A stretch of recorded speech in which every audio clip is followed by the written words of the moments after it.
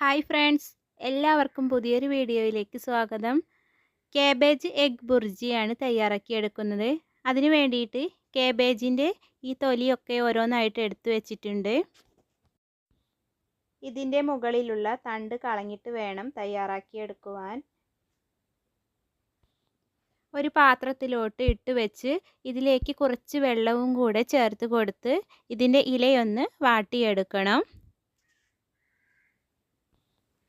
ഇതിലോട്ട് കുറച്ച് ഉപ്പും കൂടെ ചേർത്ത് കൊടുക്കുന്നുണ്ട്.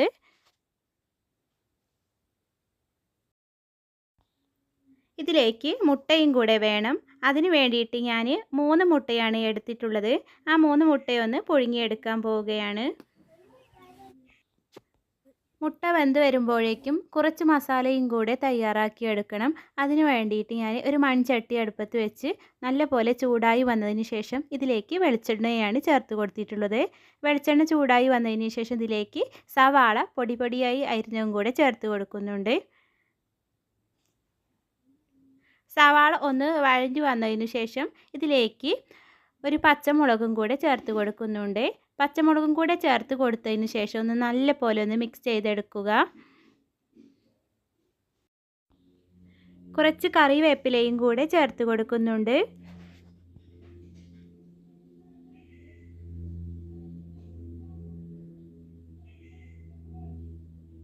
ഇനി ഇതിലേക്ക് തക്കാളിയാണ് ചേർത്ത് കൊടുക്കുന്നത്. ഒരു തക്കാളിയാണ് ഞാൻ എടുത്തിട്ടുള്ളത്. തക്കാളിയും കൂടെ വെന്ത് വന്നതിന് ശേഷം ഇതിലേക്ക് കുറച്ച് പൊടികളും കൂടെ ചേർത്ത് കൊടുക്കുന്നുണ്ട്. ഒരു 1/4 ടീസ്പൂൺ മഞ്ഞൾപ്പൊടിയാണ് ചേർത്ത് കൊടുക്കുന്നത്. ഒരു 1/4 ടീസ്പൂൺ മുളക് പൊടിയും ഒരു 1/4 ടീസ്പൂൺ മല്ലിപ്പൊടിയും ഒരു 1/4 ടീസ്പൂൺ പെരിഞ്ജീരകപ്പൊടിയും ഒരു 1/4 ടീസ്പൂൺ കുരുമുളക് പൊടിയും കൂടെ ചേർത്ത് കൊടുക്കുന്നുണ്ട്. ഒരു 1/4 ടീസ്പൂൺ ഉപ്പും കൂടെ ചേർത്ത് കൊടുക്കുന്നുണ്ട്. ഇതെല്ലാം ചേർത്ത് കൊടുത്തതിന് ശേഷം നല്ലതുപോലെ ഒന്ന് മിക്സ് ചെയ്തെടുക്കണം.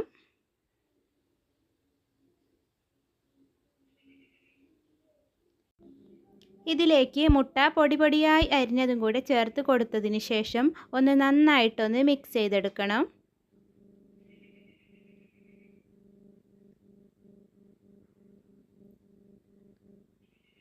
മസാലക്കൂട്ടെല്ലാം റെഡിയായി കിട്ടിയിട്ടുണ്ട്.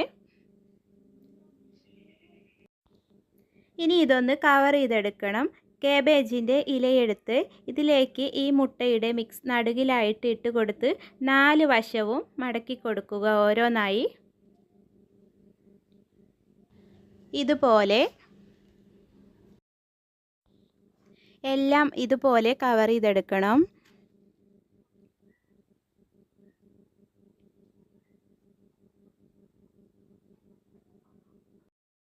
ഇതൊന്ന് ഫ്രൈ ചെയ്തെടുക്കണം. അതിന് വേണ്ടിയിട്ട് ഒരു നോൺ സ്റ്റിക്ക് പാൻ അടുപ്പത്ത് വെച്ച് ഇതിലേക്ക് കുറച്ച് ഓയിലും കൂടെ ചേർത്ത് കൊടുക്കുക. നന്നായി ചൂടായി വന്നതിന് ശേഷം ഓരോന്നായിട്ട് ഇതിലേക്ക് വെച്ച് കൊടുക്കുക.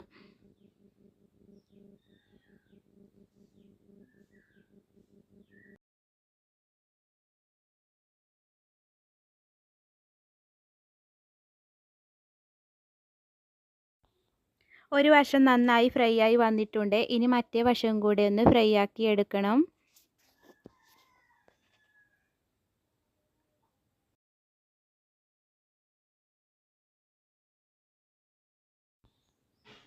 രണ്ട് വശവും ഫ്രൈ ആയി വന്നതിന് ശേഷം ഓരോന്നായിട്ടും പാനിൽ നിന്നും എടുത്തു മാറ്റുക.